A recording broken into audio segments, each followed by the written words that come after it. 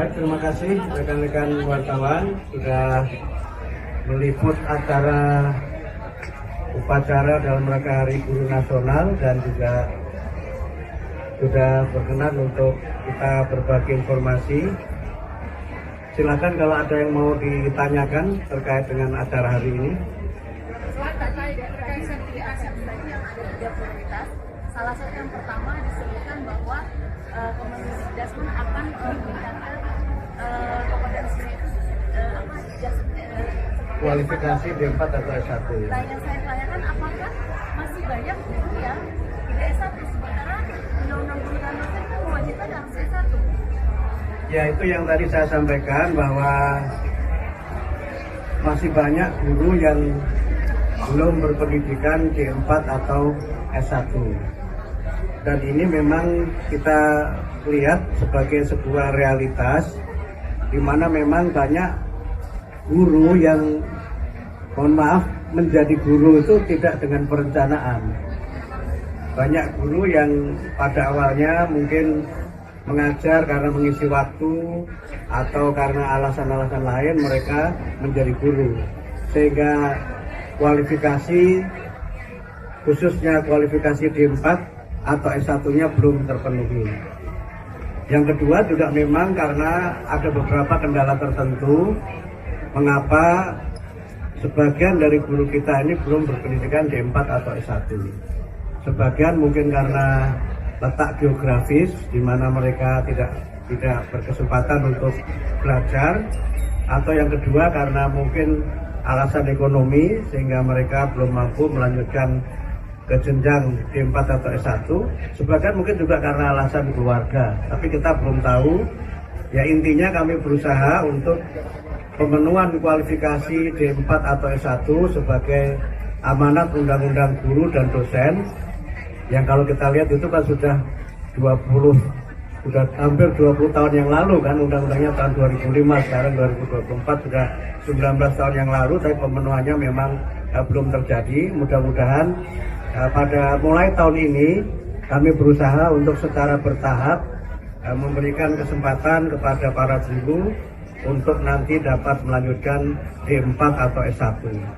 Skemanya bagaimana, jumlahnya berapa, nanti kami akan sampaikan berikut, nanti bisa dijelaskan oleh Bu Dirjen Guru. Tentu semuanya akan mengikuti kemampuan anggaran yang kita miliki, dan kami juga berusaha untuk dalam pemenuhannya nanti akan bekerja sama dengan instansi-instansi yang terkait. Ada berapa jumlah yang tidak S1? Berapa, Bu? Ada sekitar 295.000 guru yang belum D4 atau S1. Jenjang apa aja? Yang paling besar Oke ya, baik. Silakan, ada lagi yang lain? Pak, terkait dengan penghapusan zonasi, Pak, bagaimana prosesnya sampai saat ini? Oh, zonasi sekarang masih dalam proses pengkajian dan kami sudah 3 kali melakukan pengkajian mengenai zonasi. Pertama, kami mengundang para kepala dinas pendidikan seluruh Indonesia. Kemudian yang kedua, kami mengundang para pakar untuk melakukan pengkajian, dan yang ketiga juga kami meminta masukan dari organisasi-organisasi masyarakat yang menyelenggarakan pendidikan maupun organisasi profesi. Sekarang masih dalam proses pengkajian. Mudah-mudahan pada bulan Februari sudah bisa kita umumkan, sehingga pada tahun ajaran baru 2025-2026 sistem zonasi yang kita lakukan berdasarkan masukan dan evaluasi itu nanti akan dapat kami terapkan. Pak,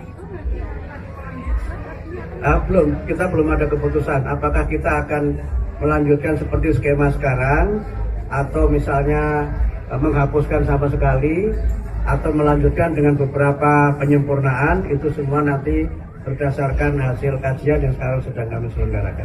Pak Menteri, beberapa tahun yang lalu dikumandangkan mengenai Undang-Undang Perlindungan Guru. Sekarang bagaimana kelanjutannya, Pak? Jadi kalau kita lihat, Pak Yos, perlindungan guru itu sebenarnya sudah diatur dalam Undang-Undang Guru dan Dosen. Walaupun memang dalam pelaksanaannya belum berjalan sebagaimana mestinya. Nah, untuk pembuatan undang-undang ini tentu kami akan bekerja sama dengan DPR karena kewenangan menyusun undang-undang itu ada pada DPR. apakah nanti dari inisiatif DPR atau inisiatif pemerintah dalam ini kementerian, nanti kita lihat perkembangannya.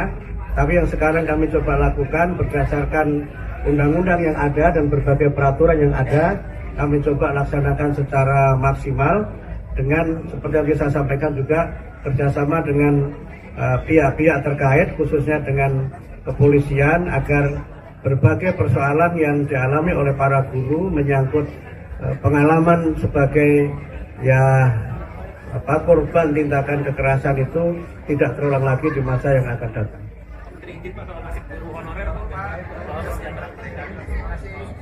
Guru honorer itu kan kita sebutnya sebagai guru non ASN ya, yang kalau dalam skema kita tahun ini yang insya Allah nanti akan ada 600 sekian ribu guru yang akan mendapatkan peningkatan kesejahteraan melalui sertifikasi. Kami ingin jelaskan lagi ya, karena yang muncul di berita adalah kami akan menaikkan gaji. Mohon maaf, kementerian tidak punya kewenangan menaikkan gaji guru, kewenangannya ada pada kementerian lain. Yang kami lakukan adalah meningkatkan kesejahteraan guru melalui sertifikasi. Dan sertifikasi itu bisa kita berikan kalau guru-guru lulus PPG. Nah, dengan sertifikasi itu, insya Allah kesejahteraan mereka akan meningkat, baik guru-guru yang ASN maupun guru-guru yang non ASN. Jadi clear ya, begitu ya. Jadi meningkatkannya melalui sertifikasi, bukan menaikkan gaji karena gaji itu bukan wewenang dari kementerian. Tapi kan kuotanya terbatas, Bro. Ya bertahap. Tentu saja semua kan kita lakukan bertahap karena kan tentu saja Kabinet Merah Putih ini kan nggak hanya Kementerian Pendidikan Dasar dan Menengah ya, semua tentu ingin untuk bisa meningkatkan kesejahteraan, sehingga karena itu kami lakukan secara bertahap. Mudah-mudahan dalam masa kepemimpinan Pak Presiden Prabowo ini semua guru itu sudah bisa bersertifikasi, mudah-mudahan. Satu lagi yang soal kontrak kerja itu P3K. Bu Dirjen sempat mengajukan ke Kementerian Pan-RB untuk memperpanjang, jadi tidak hanya sebatas 5 tahun. Itu bagaimana prosesnya? Silakan begitu. Ya, sampai saat ini tetap kontrak ya, apakah akan sampai batas usia pensiun atau tidak, tapi yang pasti perpanjangan kontrak itu terus dilakukan jika guru yang bersangkutan memenuhi kompetensi. Kalau dia sudah ASN kan dia harus dinilai kompetensinya, kalau minimal baik dia bisa diperpanjang terus sampai batas usia pensiun. Tapi ada syaratnya, yaitu penilaian kinerjanya harus baik.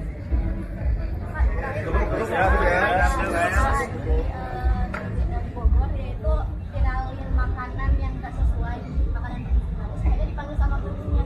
Tanggapan Bapak gimana? Apakah itu sesuai sama? Soal makanan bergizi di sekolah itu kewenangannya bukan pada kami. Itu kewenangannya ada pada Badan Gizi Nasional. Jadi kalau ada persoalan itu mungkin lebih tepat disampaikan kepada Badan Gizi Nasional. Saya kira demikian ya.